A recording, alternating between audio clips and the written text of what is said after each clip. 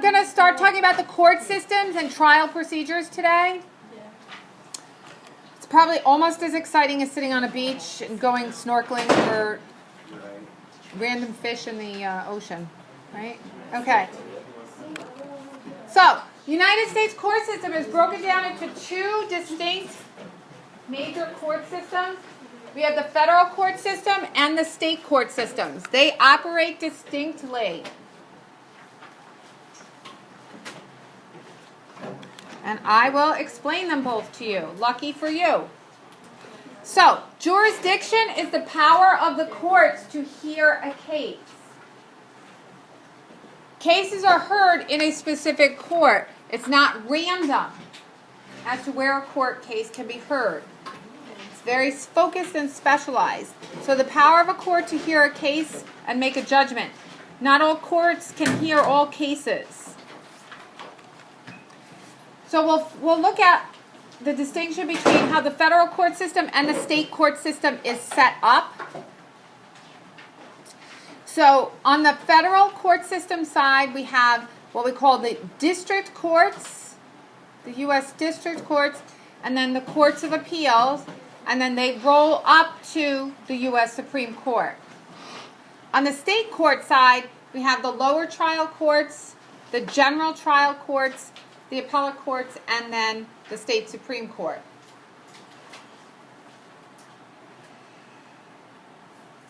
We're going to focus first on the federal court system. Can I go? Wait, I didn't know I had to write this. Federal court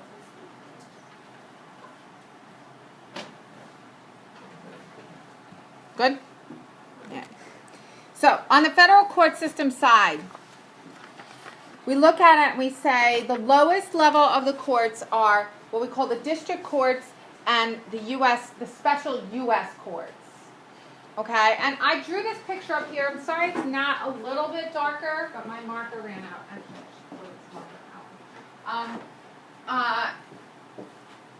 Very bad shot.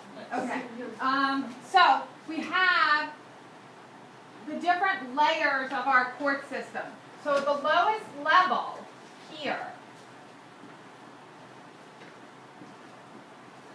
at the lowest level, we have the special U.S. courts and the district courts.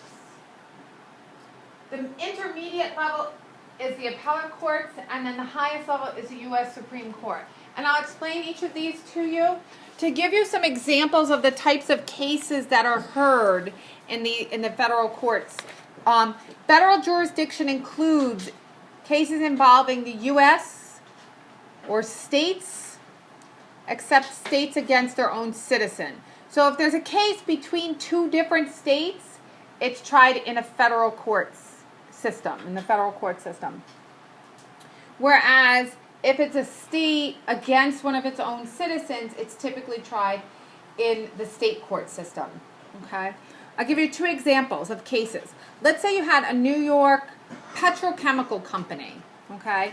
And that petrochemical company somehow, through its processes, its business processes, created some sort of environmental pollution, and it resulted in pollutants in the air that caused acid rain. Okay? And then the rain came down in other areas, in other states. In that particular case, that business, that petrochemical business, could be sued by a different state. It could be sued by, say, Virginia, if the rain was determined to fall in Virginia. They could sue the petrochemical company that was polluting the air in New York, and that would be a case that would be handled in a federal court. Okay? Versus if we had an individual who wanted to sue the state of New York for violation of privacy rights. In that particular case, the state court would have jurisdiction, okay, if it's within that state. If an individual wants to sue the state of New York and it's in New York, that would be a state court case, okay? Second situation, cases involving interpretation of the Constitution. Let's say an employee group wants to challenge a labor law. and they determine that, or they're saying that that labor law is unconstitutional, that particular case would get heard in a federal district court, even though they might be citizens of New York State, because it's a case involving the constitutionality of some labor law. It would be handled in a federal court. Diversity of citizenship cases. These are cases involving citizens from two different states. So let's say I own a business in New York and I'm purchasing something from a business in California. And let's just say that particular item that I'm purchasing is for greater than $100,000, whatever that item might be. Okay? If that party, that business in California, breaches or doesn't follow through on the contract that we agreed to, I can sue them in federal court because the dollar amount is over $75,000.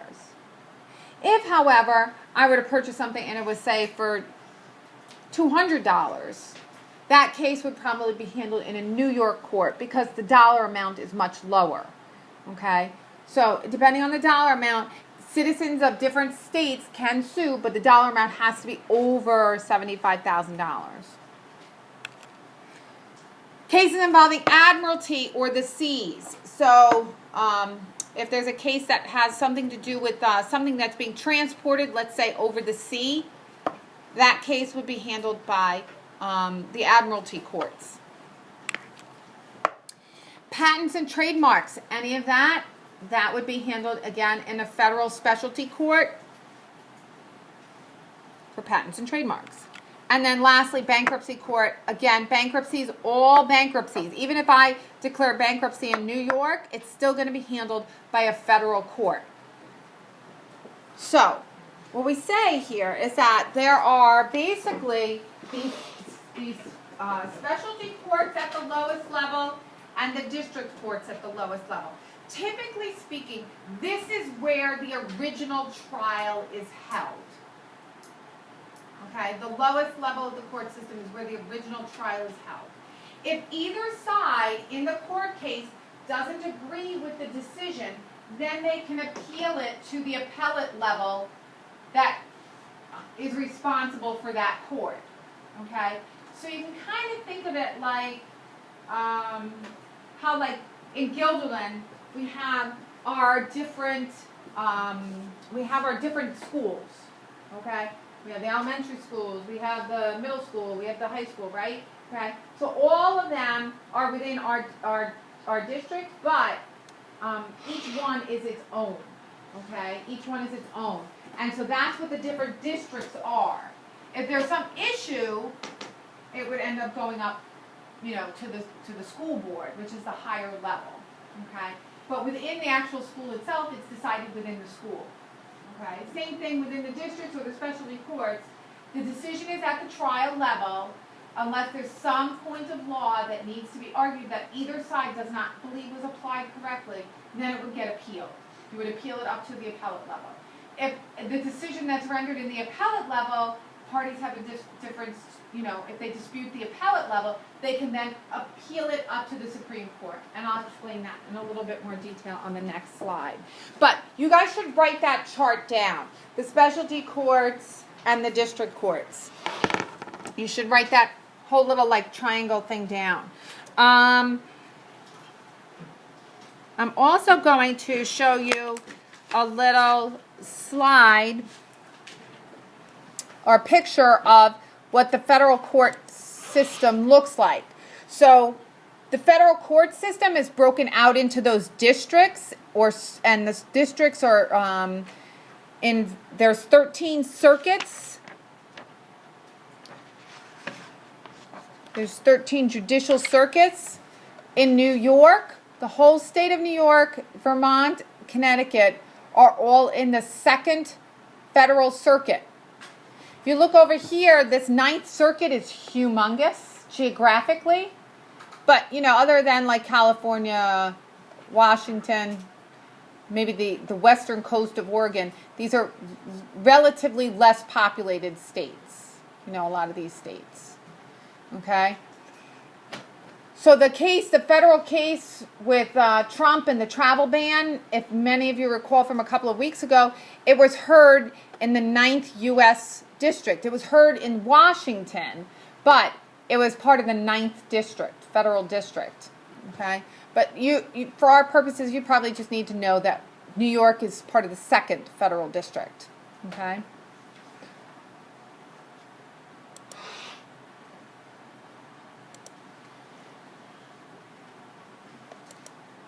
Okay, so a little more explanation on the federal court system. So at the highest level, the U.S. Supreme Court. The U.S. Supreme Court hears cases relating to ambassadors and other like foreign dignitaries and public ministers, cases involving states. Its main function is an appellate court. Typically, a case does not get heard at the U.S. Supreme Court first. It's typically an appellate court. It hears all cases challenging the constitutionality of a matter. The U.S. Supreme Court, the justices decide what cases they want to hear. Not all cases that get appealed to the U.S. Supreme Court are actually heard by the courts. They can deny the case being heard. And there's one Chief Justice and 8 associates, so a total of 9 justices, and they serve for life.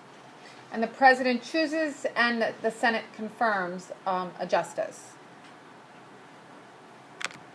Then we have the Courts of Appeal. And these are basically what we call an intermediary court system. They hear appeals from the lower courts in their jurisdiction. So I showed you that map. If a case came up in the 9th District, that case can't be appealed to New York in the 2nd District. Okay, that has to stay in the 9th District. Got it? And then these cases are heard by a panel of 3 judges.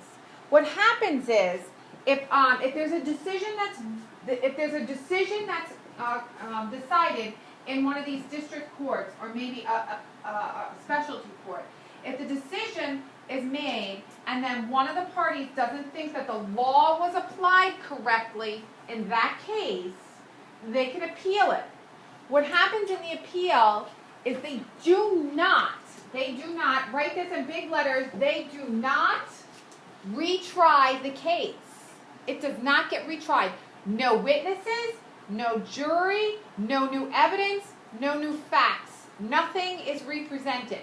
The attorneys from both sides, they literally get up there with their little brief and they stand in front of the judges, the panel of judges, the 3 judges, and they argue why they believe that the law was misapplied in the decision at the court of original jurisdiction in the trial. This is where the trial takes place. So they argue that the law was applied incorrectly in the case. Okay? That's what happens. Question, yes. For like the justices, like, is the Chief Justice, like, is that like a specific job? Like, if that person dies and the Chief Justice is replaced, or is it like the other justices, like, become the Chief Justice? That's a good question. Write me that question. I'm not sure the answer to that. We'll find out the answer, though. I had a question for my last class. So write your name down, okay? I'm not sure the answer. Like how they come up with the Chief Justice. I don't know if the other justices selected or if it's based on seniority. Not 100% sure how that comes about. But that's a good question. Okay. All right. So is everybody clear on the whole thing with the Court of Appeals? Are there any jurors? Are there any new witnesses? Okay, none of that. Good. All right. District courts. These are the original courts of original jurisdiction. This is where most of your cases are heard. Okay, there are currently 94 district courts around, and they're broken into those 13 circuits. Thank you. Okay? They're broken into the 13 circuits. That's basically it. That's where the cases are heard. The same goes for the specialty courts. They hear the original case. And then if there's some misapplication of the law, it would get appealed up to the appellate level. Yes? In mock, what court is it in? Our mock trial, we're just dealing with state courts. We're not dealing with federal courts. Yeah. Okay. So that's the federal court system. Everybody good with that? Let me just pause this.